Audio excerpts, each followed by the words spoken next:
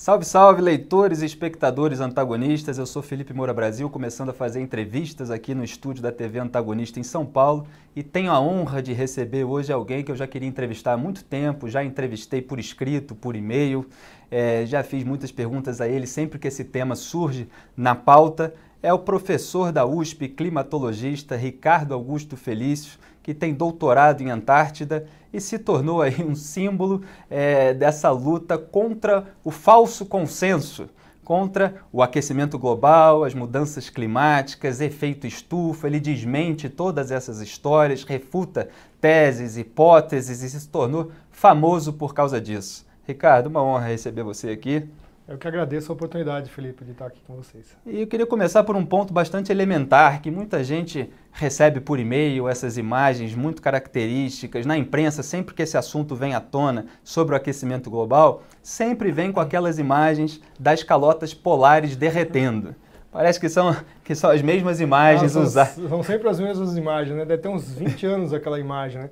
E o curioso é que eles sempre filmam a frente de uma geleira, que é justamente o lugar da geleira onde realmente o ciclo hidrológico da parte da geleira está muito acelerado. É quando ele está devolvendo água para o ciclo hidrológico, né?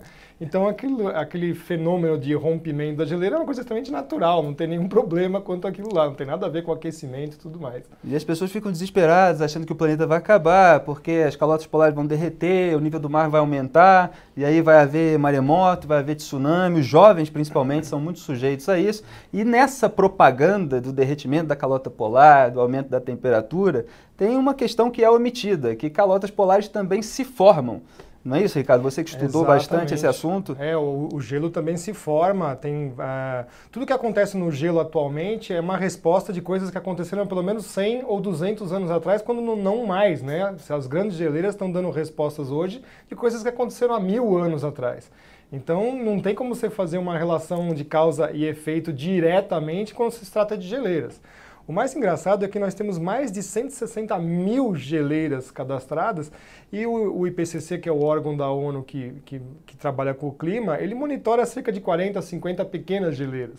Então é totalmente fora da realidade do que é uma geleira, por exemplo, na Antártida. É uma coisa extremamente gigantesca que tem uma resposta climática muito longa, muito longa. E dá para dizer que o nível do mar aumenta em função do derretimento das calotas polares, que isso é um risco para a população? Não, de maneira alguma isso está acontecendo, né? O Macaulay, que é um oceanógrafo já falecido, ele fala: a última coisa que o mar tem é nível, né? De tanto que o mar varia em vários lugares do mundo. Só para você ter uma noção, o próprio fenômeno El Niño, que é um fenômeno natural, ele altera o nível do mar em meio metro. E a pior catástrofe que o IPCC gosta de colocar nos seus cenários, né, no relatório número 4, ele falava de 59 centímetros. Então por que eu tenho que temer uma coisa que já acontece naturalmente? Então não tem sentido isso. O Ricardo fala muito dessa diferença entre fenômenos locais e fenômenos globais. E as pessoas muitas vezes tomam por global certos fenômenos que são locais. Você fala também da temperatura, quer dizer, tem a temperatura em cada lugar, aí o pessoal pega e faz uma média geral. Isso. Até que ponto isso é verdadeiro, isso importa? Isso é bastante complicado, porque nós tivemos, primeiramente, a partir do final do século XX, com o desmonte da União Soviética, né, e a informação meteorológica era uma coisa muito importante para a guerra, nós tivemos o fechamento de estações meteorológicas no mundo inteiro. Mais ou menos umas 10 mil estações meteorológicas foram fechadas no mundo inteiro. Então a série de dados global ela sofreu um revés muito grande. E a partir do momento você também começa a utilizar bastante imagens, monitoramento via satélite de temperatura de meia troposfera, que é da parte da atmosfera, da parte baixa da atmosfera, mas uma altura mais ou menos de 2 a 6 quilômetros de altura, né? Em que quando você faz essas medições, você também não encontra nenhum tipo de variação significativa. Às vezes a temperatura sobe um pouquinho um ano, baixa um pouquinho no ano seguinte. Tanto é que a média, no final das contas, é não ter nada. Né? Então, como é que está aquecendo alguma coisa se não temos nada na nossa série de satélites que mostra isso? E, Ricardo, você aparece nessas entrevistas, vai de vez em quando em programas de televisão, assim, e parece que é a única voz no debate público brasileiro a desmentir essas teses, essas hipóteses. Eu sei, já vi vídeos seus com outros colegas que também vão na mesma linha, mas, assim, para o grande público parece que é só você isolado, porque no Brasil parece que existe, assim, um controle do contraditório que fica difícil de aparecer. E, no entanto, há cientistas no resto do mundo, nos Estados Unidos, na Europa, que também são da sua linha, né? Sim, aqui no Brasil nós temos também alguns, eles não aparecem tanto, mas nós temos também alguns cientistas aqui no Brasil que discordam disso. Nos Estados Unidos isso é muito mais evidente, no resto do mundo também, tá? Inclusive dentro da própria NASA você tem departamentos que não concordam, porque quando fala NASA, pensa que a NASA toda... Não, é um departamentozinho pequeno, que é o GIS, que fala sobre aquecimento global. Outros departamentos da NASA não concordam com isso que é colocado aí. Para o Ricardo não parecer assim uma figura única, sozinho, separei alguns vídeos da Prager University. Aliás, agradecimento aqui ao grupo Tradutores da Direita, que legendou 7 vídeos sobre esse tema. Tem lá uma playlist só sobre esse assunto. Quando publicar isso no Antagonista, a gente vai colocar o link embaixo para esses vídeos. Eu separei 2 trechos de 2 vídeos. Vamos colocar um agora para ver um americano falar sobre esse assunto. For example, in just the past 2,000 years, we have seen the Roman warm period, when it was warmer than today. Then came the cooler Dark Ages, followed by the medieval warm period, when it was at least as warm as today. Then we had the Little Ice Age that drove the Vikings out of Greenland, and most recently, a gradual 300-year warming to the present day. That's a lot of changes, and of course, not one of them was caused by humans. So then what about carbon dioxide, the great villain of the global warming alarmists? Where does that fit into this picture? Not as neatly as you might think. Temperatures and carbon dioxide levels do not show a strong correlation. In fact, over very long time spans, periods of hundreds of millions of years, they are often completely out of sync with one another. Over and over again, within virtually any time frame, we find the climate changing, for reasons we do not fully understand. But we do know there are many more factors in play than simply the concentration of CO2 in the atmosphere. Aí há 2 trechos que a gente acabou juntando, né? Um conta um pouco da história das mudanças climáticas, que se fala muito nisso agora com alarmismo, mas o clima muda na Terra desde sempre, não é isso?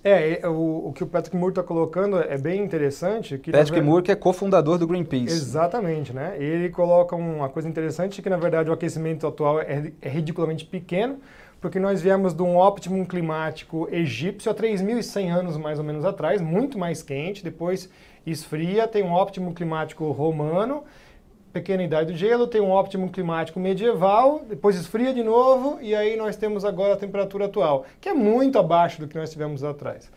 Então é uma coisa extremamente, vou dizer ridícula mesmo, falar que o aquecimento é um problema, quando na verdade toda a história humana mostrou que quando teve aquecimento, você teve fartura. Né? Então o meio ambiente tira proveito de períodos quentes e não ao contrário. Então combater o aquecimento global, que é uma coisa infrutífera e impossível, ao mesmo tempo é coisa contraproducente, porque você está dando um tiro no pé. Né? A civilização ela só é próspera quando você tem um planeta aquecido. O planeta bola de sorvete, esqueça a civilização como ela é hoje. Imagina, você não vai ter onde plantar, vai ter fome no mundo. Então é exatamente o contrário. O planeta quente é melhor, o planeta frio é um horror. E no segundo trecho ali ele fala da relação com o gás carbônico. Nossa, é perfeito. O gás carbônico que virou um grande vilão e porque... você é um defensor do gás carbônico praticamente. Eu acho uma coisa antinatural combater o CO2, porque se você tira o CO2 da atmosfera, se fosse possível imaginar remover o CO2 da atmosfera, você acaba com a vida no planeta Terra. Então você tem que ter sim o CO2 na atmosfera para os oceanos utilizarem o CO2, para as plantas utilizarem o CO2, para a gente ter comida. Né? O CO2 faz comida. E aí os caras acusam o CO2 como um gás poluente. É um absurdo. Eles fazem uma confusão do que é poluição, do que é um gás natural que serve para muita coisa da gente. E como o Patrick Moore coloca, não há uma relação direta de temperatura com CO2. E pasme, nos últimos aí 1 milhão de anos, o que mais se verifica é que as temperaturas primeiro variam e o CO2 vai atrás, de um intervalo de cerca de 800 a 1.000 anos. Então subiu a temperatura primeiro, o CO2 vai atrás, temperatura baixa, o CO2 vai atrás. E isso principalmente porque os oceanos esfriam e esquentam conforme, né, as temperaturas mudam. E quando os oceanos mudam de temperatura, isso é muito importante falar. A água do mar esquenta, ela que libera CO2 para a atmosfera. E quando a água do mar esfria, ela captura esse CO2 e volta para dentro das águas. Você falou aí de uma coisa que vem primeiro e outra que vem depois. Isso me lembrou aquela inversão feita pelo Al Gore, que se tornou um grande propagandista da causa. Não sei se tem a ver com esse tema, porque ele pega um gráfico e, na verdade, ele inverte causa e efeito. Exatamente, como é que é essa história? Isso é importantíssimo, porque no filme ele mascara aquilo e coloca as informações muito próximas uma da outra, as pessoas não conseguem ver que, na verdade... Isso é aquele filme A Verdade Inconveniente, o primeiro? Exatamente. Que tá tendo a sequência agora. Vai ter a segunda sequência agora, que ele vai envolver Eu chamei o Ricardo aqui preventivamente para ele já desmentir o filme que está saindo. Ele vai envolver agora o Trump nessa questão, mostrando que os Estados Unidos abandonou lá o Acordo de Paris. Então vamos chegar lá, mas qual é a inversão que ele faz naquele gráfico? É de colocar o CO2 mudando primeiro e a temperatura vindo atrás, quando na verdade é exatamente o contrário. E recentemente alguns noruegueses fizeram um trabalho com temperatura dos oceanos, dos continentes e CO2 em várias escalas, semanais, mensais e anuais, e provaram de novo que as temperaturas dos oceanos dos continentes sobem primeiro e o CO2 vai atrás, temperaturas baixas, o CO2 vai atrás.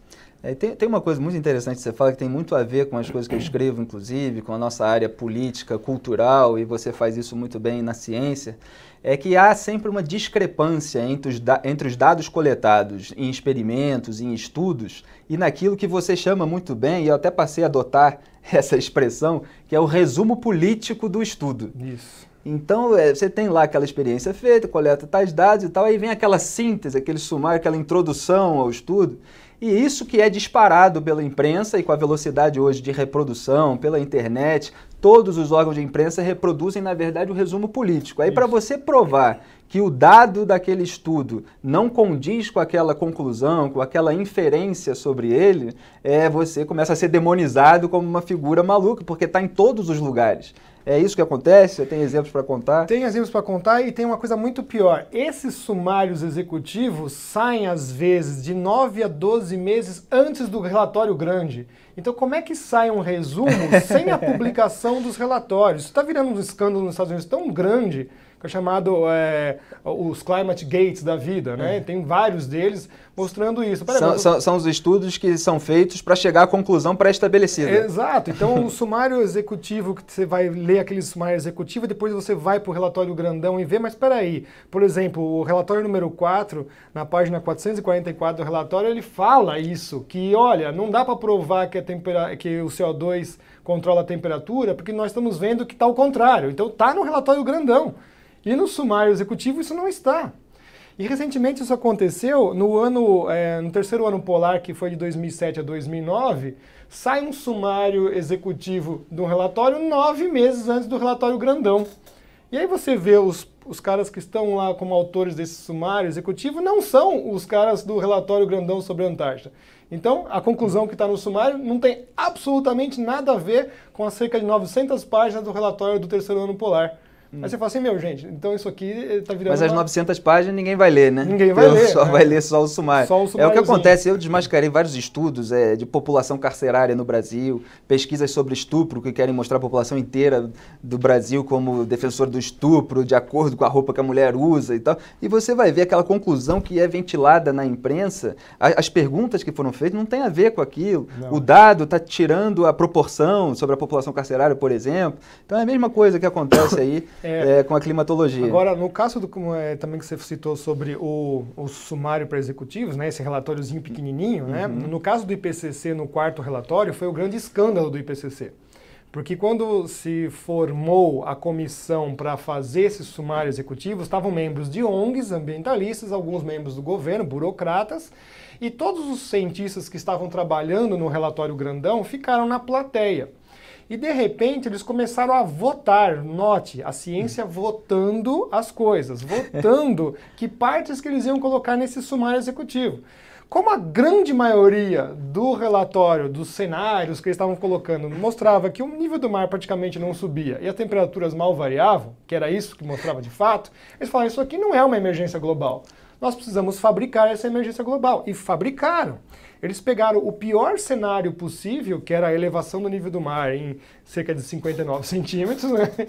E uma elevação de temperatura de menos de 1 grau, 0,79, aliás, a precisão, né, do 7,9, e colocaram isso no relatório. Nessa hora, o pessoal começou a questionar e o pessoal falou, ó, cala a boca, vocês não podem falar nada disso daí. Foi aí que gerou a grande debandada do IPCC em 2007 e 2008. Saíram 800 cientistas em 2008 e até 2010 eram 1.000.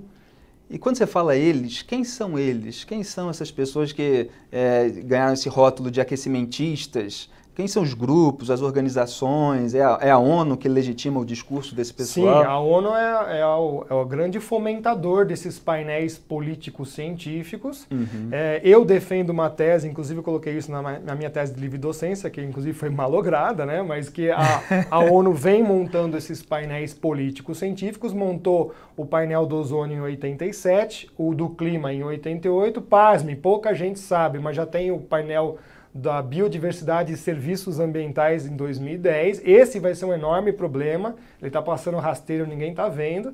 Estou prognosticando, minha boca é maldita quando eu falo acontece, um painel dos oceanos vai surgir em breve, um painel sobre a Antártida e até 2025 nós vamos ter um painel do espaço sideral. Ah, mas de onde você tira essas conclusões? Isso está tudo nos relatórios da Rio 92, então não é nenhuma teoria da conspiração. Eles colocam muito claro quais são os ecossistemas que eles querem preservar. E o espaço sideral é um ecossistema, deve ter umas amebas espaciais voando lá. E quando você vê qual que é o grande problema do espaço sideral, é você colocar as tecnologias dos satélites para controlar o espaço aéreo dos países. Então, do mesmo jeito que o discurso hoje é, olha, países em desenvolvimento, não tem espaço na atmosfera para você lançar CO2, olha, países em desenvolvimento, não tem mais órbita no espaço, porque o espaço está cheio de lixo espacial. É o discurso que você já ouve hoje. Exatamente. E aproveitando que a gente falou de quem são eles, tem um trecho do vídeo que a gente separou também, do Richard Lindzen, que é professor do MIT, para a Prager University. Também a gente separou exatamente o trecho do grupo 3, que ele coloca todo esse pessoal junto. Vamos ver como é que ele os descreve. That's where group 3 comes in. The politicians, environmentalists and media. Global warming alarmism provides them, more than any other issue, with the things they most want. For politicians, it's money and power. For environmentalists, it's money for their organizations and confirmation of their near religious devotion to the idea that man is a destructive force acting upon nature. And for the media, it's ideology, money, and headlines. Doomsday scenarios sell. Meanwhile, over the last decade, scientists outside of climate physics have jumped on the bandwagon, publishing papers blaming global warming for everything, from acne to the Syrian civil war. And crony capitalists have eagerly grabbed for the subsidies that governments have so lavishly provided. Unfortunately, Group 3 is winning the argument because they have drowned out the serious debate that should be going on. But while politicians, environmentalists, and media types can waste a lot of money and scare a lot of people, they won't be able to bury the truth. The climate will have the final word on that. I'm Richard Lindzen, Emeritus Professor of Atmospheric Sciences at MIT for Prager University. Aqui nós estamos abrindo o espaço para o contraditório. Como é que é lidar com toda essa turma descrita aí pelo professor do MIT? É muito difícil, é muito complicado, você não tem chance de fazer absolutamente nada, você não tem verba para trabalhar, você usa o seu próprio dinheiro para fazer suas pesquisas, né? E você é a todo momento acusado de receber dinheiro de indústria de petróleo, do agronegócio, essas coisas tudo que eu adoraria receber esse dinheiro para fazer. E tem muitas dessas organizações que recebem dinheiro de entidades internacionais para propagar essa... Tudo declarado, né? Porque nos Estados Unidos eles não podem omitir isso, então essas fundações dizem para onde vão esses fundos, né? E você chegou a mencionar já numa das suas respostas o Acordo de Paris sobre o clima. Isso virou até trend topic no Twitter no dia que o Donald Trump anunciou a saída dos Estados Unidos do Acordo de Paris sobre o clima. E, em geral, nessas discussões públicas, as pessoas levam em consideração o nome que o acordo tem, que o movimento tem, que o partido tem, a bandeira, a causa que está ali identificando aquilo. Quer dizer, o clima, as pessoas simpatizam com essa pauta, falam, eu amo a natureza, se o Trump saiu, se os Estados Unidos saíram do acordo sobre o clima é porque o Trump não gosta da natureza, fora Trump. E elas não avaliam, mesmo que para argumentar contra a saída, em que consiste o Acordo de Paris sobre o clima. Quer dizer, isso é para trazer soluções para problemas que realmente existem ou é só para financiar esses grupos envolvidos e havendo outros interesses por trás disso? Você me disse que já fala há 9 anos das questões geopolíticas que o Trump acabou apontando nesse discurso dele sobre a saída. Eu queria que você falasse um pouquinho sobre esse assunto. Perfeito. Há 9 anos mesmo nós estamos falando sobre isso, que é uma grande armadilha global, mundial, que quer tornar isso uma lei global, né? Então hoje você tem uma lei soft, que a gente fala, que na verdade é a coisas de intenções, mas não tem a retaliação caso você não cumpra. Com o Acordo de Paris, estava se preparando o cenário para montar a Polícia Climática, o ICCC, que é o seguinte, amigão, você não conseguiu fazer aí cumprir as suas metas, então você vai ter sanções políticas. Depois, continua não cumprindo, sanções econômicas, ao ponto de chegar nas sanções militares. Isso é teoria da conspiração? Não, de novo está já registrado nos documentos da Rio 92, de aplicação de uma lei global para tomar ações políticas, econômicas e sanções militares. Então, o Trump, obviamente, viu isso. Como a Índia não assinou, a China só inventou que assinou, a Rússia não assinou. Mas o Brasil, o que me espanta é o rabo abanando o cachorro. A gente segue tudo à risca e nos comprometemos com esse tipo de acordo. Quer dizer, o Brasil, que é um país... Segue à risca a agenda da ONU. A agenda da ONU, né? A agenda globalista e tudo mais, né? E aí você vê o que acontece. Nós nos comprometemos, nós somos um país pobre, ordinário, com quase 40 milhões de pessoas na pobreza, e vamos pagar a conta do aquecimento global. E eu estou falando isso há mais de 9 anos. E vai cair em cima das cadeias produtivas brasileiras. Nós não vamos conseguir competir lá fora. E aí você vai quebrar. Você quebrando o PIB do Brasil, você quebra o país. Então é uma agenda muito bem engendrada para atacar os meios de produção brasileiros e os meios de fornecer energia boa e barata. Que um país que não tiver siderurgia, não tiver energia e não tiver produção, simplesmente quebra. Então é muito claro esse tipo de estrutura montada para cima do Brasil e ninguém está se dando conta disso. Mas o que o Acordo de Paris sobre o clima tem a ver com o clima, então? Ele não tem absolutamente nada. Ele quer levantar um fundo de 13 trilhões de dólares, que já estão levando isso para 16,5 trilhões de dólares em mais ou menos 10, 15 anos. Que aí os países vão ter que juntar esse dinheirão, pondo num fundo que sabe-se Deus lá quem é que vai administrar, né? Então é um sanguessuga de recursos mundiais para um problema inexistente. De recursos dos Estados Unidos, é uma das coisas que o Trump reclama, que os Estados Unidos está pagando muito e para receber pouco em troca. E é uma enorme negociata, vão ser acordos fiduciários de troca de tecnologia, mas com dívida em cima, como já aconteceu no passado. Te vendo esse produto, mas você fica devendo 20 anos. Então é um acordão gigantesco em que você vai colocar uma quantidade colossal de recursos mundiais num problema que não existe. E você citou aí a entrada do Brasil em todo esse movimento. Eu estou aqui com a notícia, o presidente Michel Temer promulgou no dia 5 o compromisso do Brasil com o Acordo de Paris sobre mudanças climáticas. E aí tem a declaração oficial do presidente, queria que você analisasse. Planeta tem um só e não haverá segunda chance. Por isso, o esforço para protegê-lo deve ser global. Assumimos metas ambiciosas e factíveis e vamos cumpri-las. Estaremos à altura da responsabilidade que assumimos diante do acordo. Quer dizer, é o grande do absurdo, né? Como é que você pode, o Brasil, um país extremamente rico, mas que teima em ser pobre querer ser protagonista de uma panaceia mundial que é essa história do aquecimento global. Nós pegando a bandeira e se sentindo orgulhosos de sermos os protagonistas do meio ambiente, do mundo, sendo que a gente não tem aí nem um futuro garantido aqui para o nosso país. É lastimável, é lastimável. E essa notícia veio junto com a da ampliação do Parque Nacional da Chapada dos Veadeiros. Queria que você dissesse o que você acha sobre essa ampliação das reservas ambientais no Brasil. Isso realmente... Já é um enorme absurdo, porque nós já estamos com cerca de 45% do território brasileiro engessado, né? Nenhum país do mundo fez um negócio desse e nós estamos assim, já há muito na frente de tudo isso. Então, quer dizer, nós estamos só engessando, né, lugares no nosso Brasil, criando enormes vazios demográficos e aquela questão geopolítica, né? Se não tem ninguém no lugar, é mais fácil de alguém tomar de você.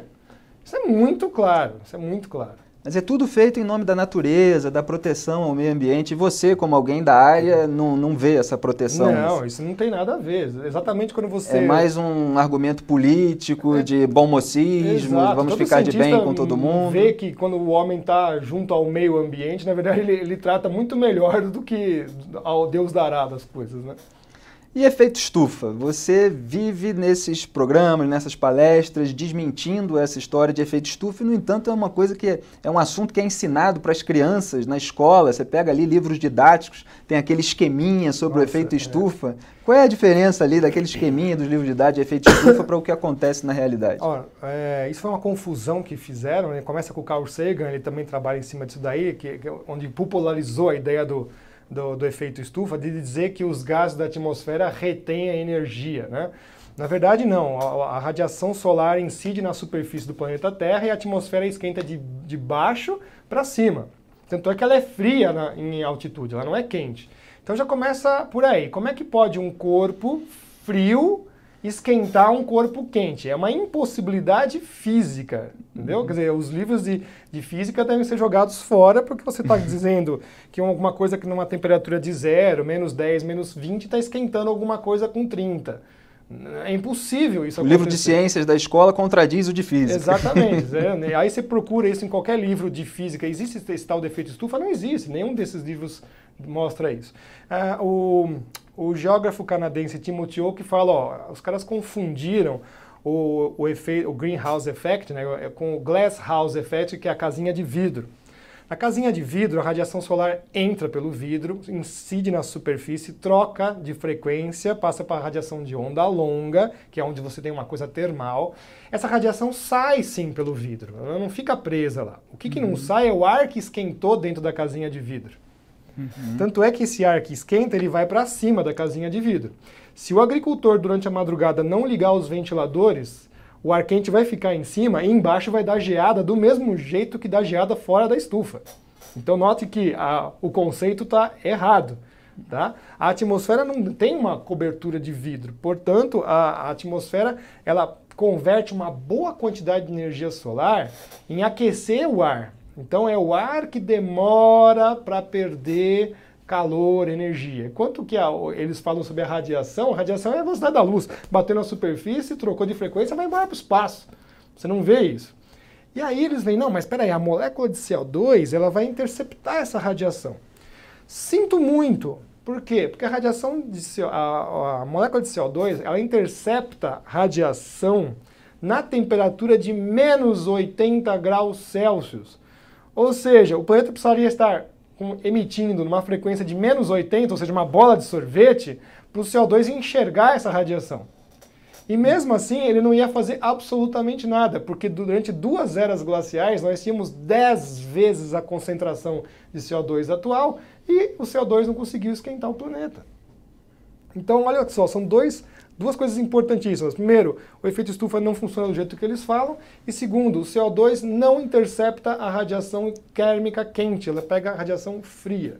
Então é impossível dele fazer isso. E esse conceito errado de efeito estufa é usado para embasar qual o argumento desse pessoal? É todo ele. Todos. É simplesmente Mudança todo climática, ele. Aquecimento global, isso serve para tudo. Não só isso, os modelos de computador que o IPCC usa para fazer as simulações de aquecimento global, que são a prova de que o homem muda o clima, só usam esse tipo de artifício.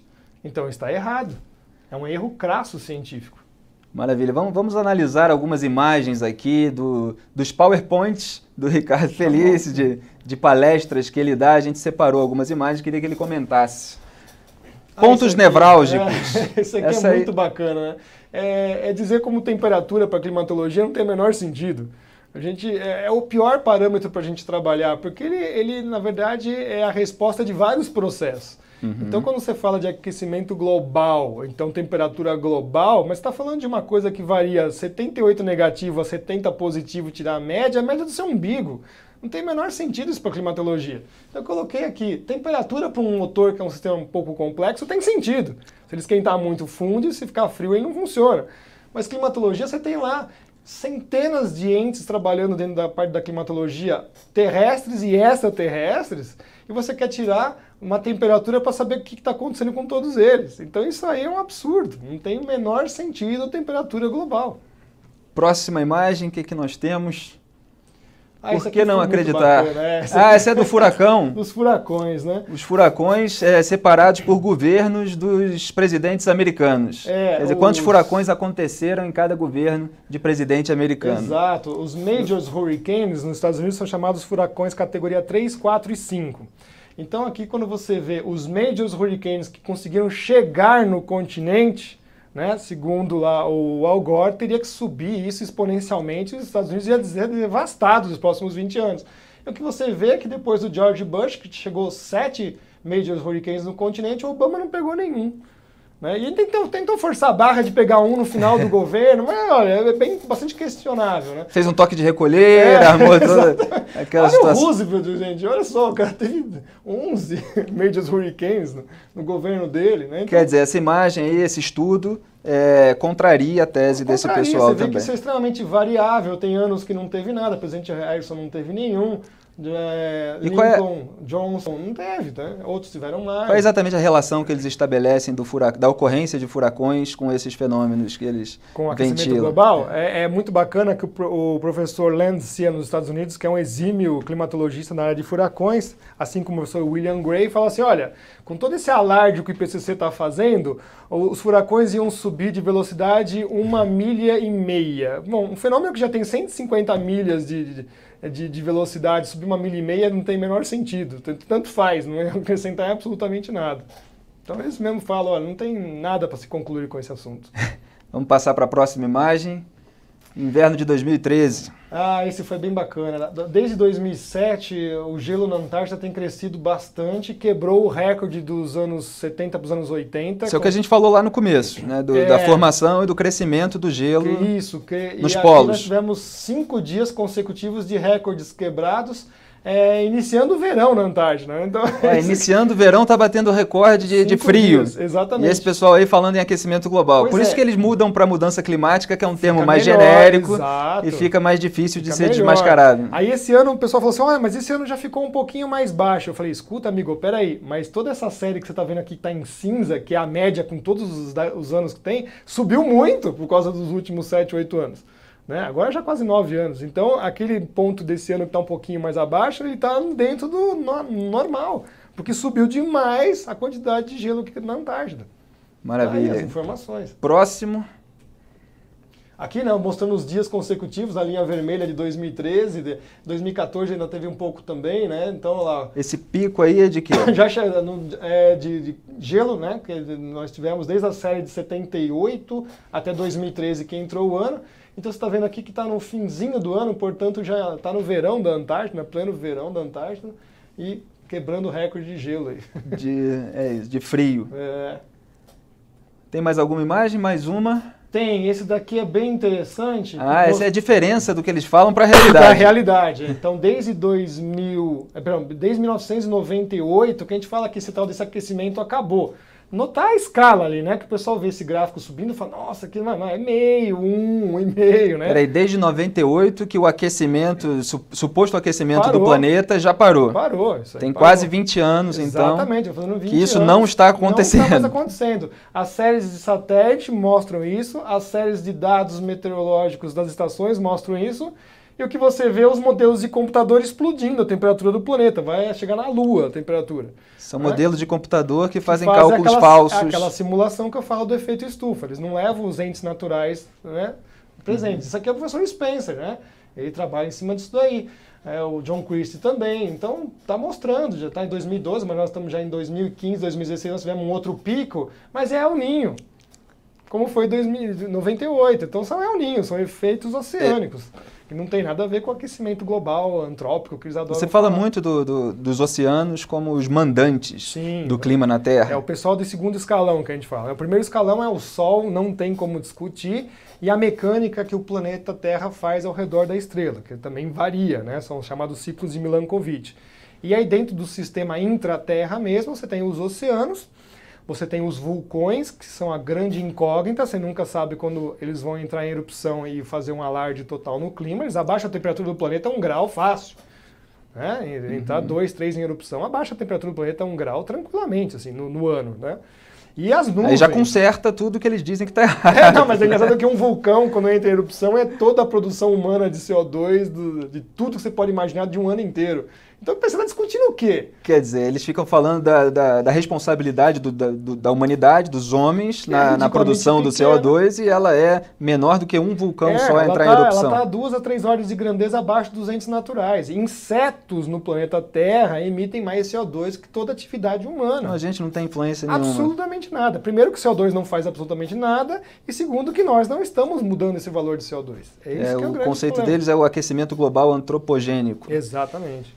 E está sempre errado. Que o homem muda o clima. É engraçado que o homem muda o clima só para pior, né?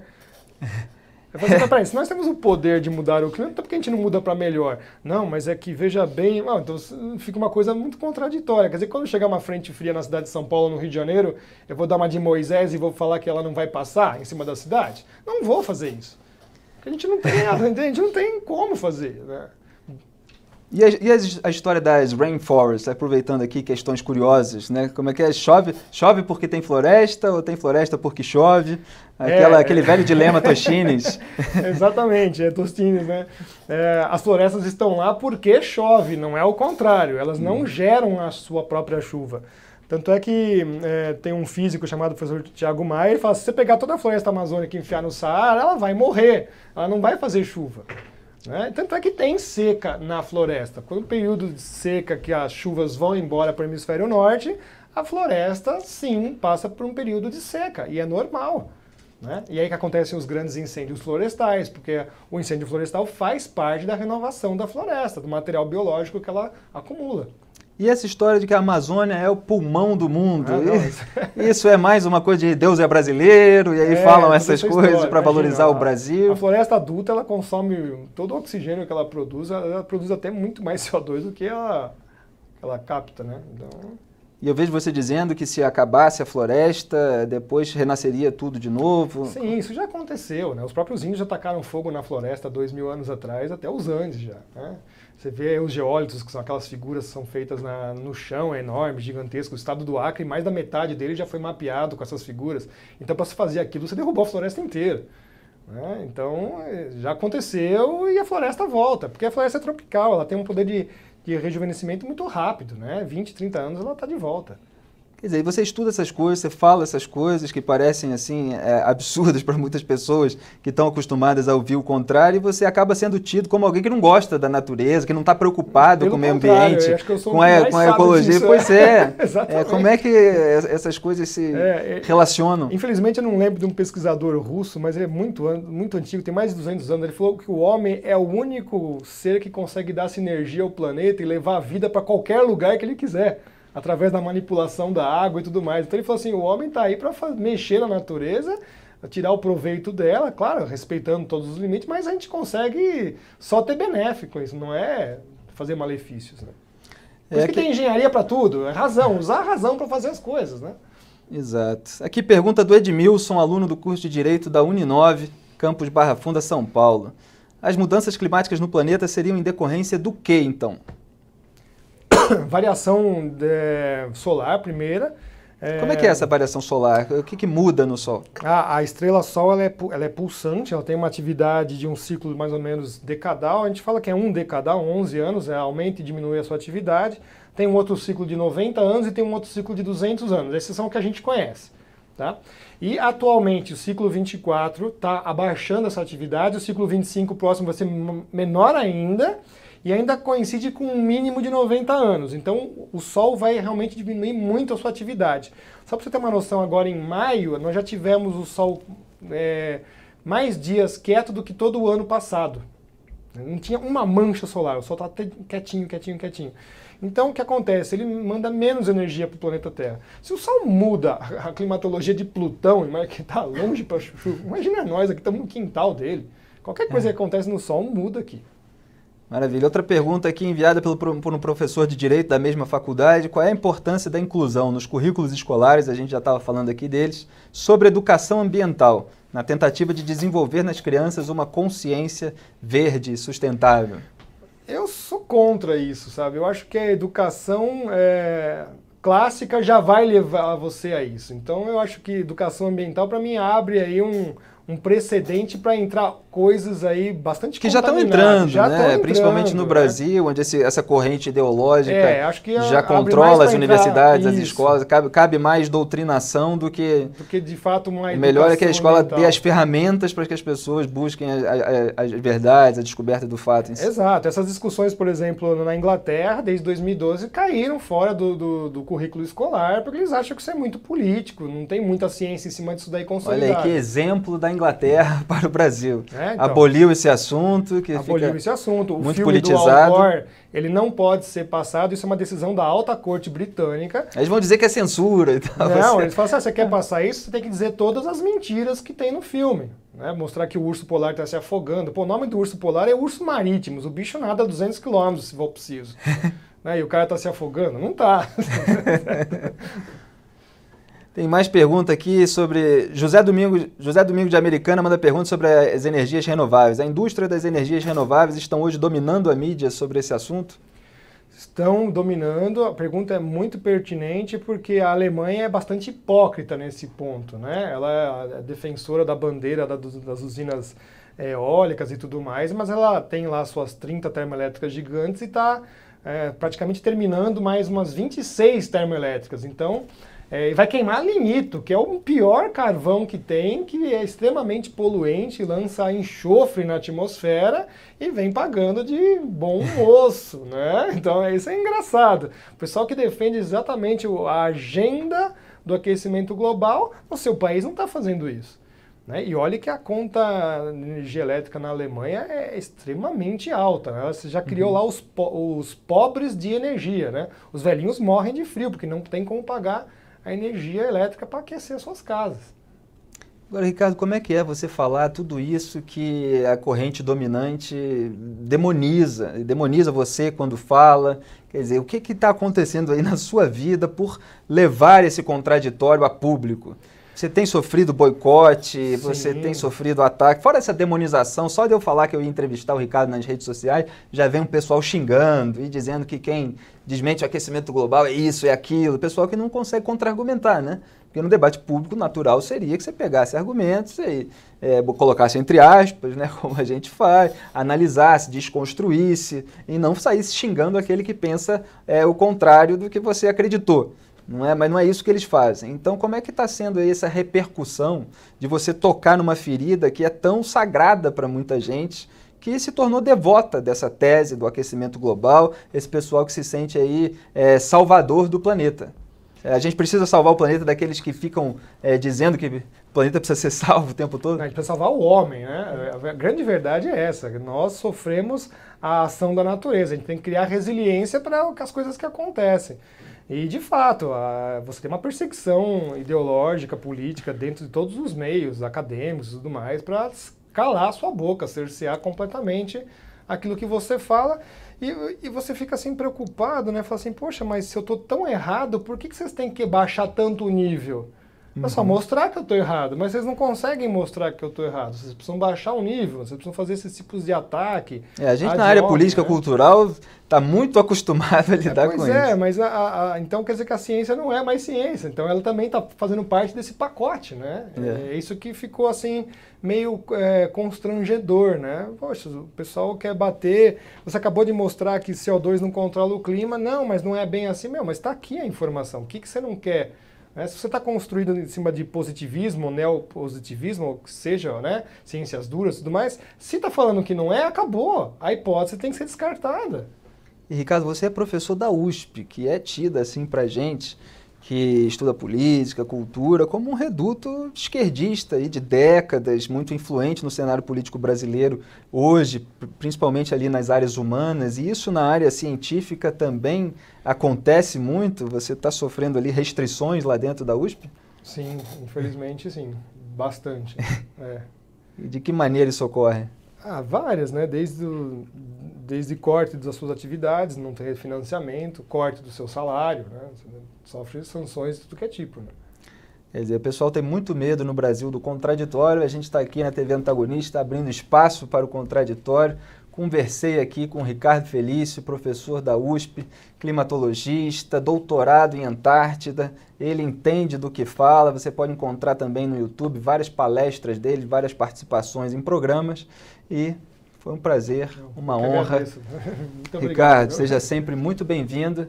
E eu aguardo vocês para as próximas entrevistas minhas aqui. Eu sou Felipe Moura Brasil, na TV Antagonista. Um abraço.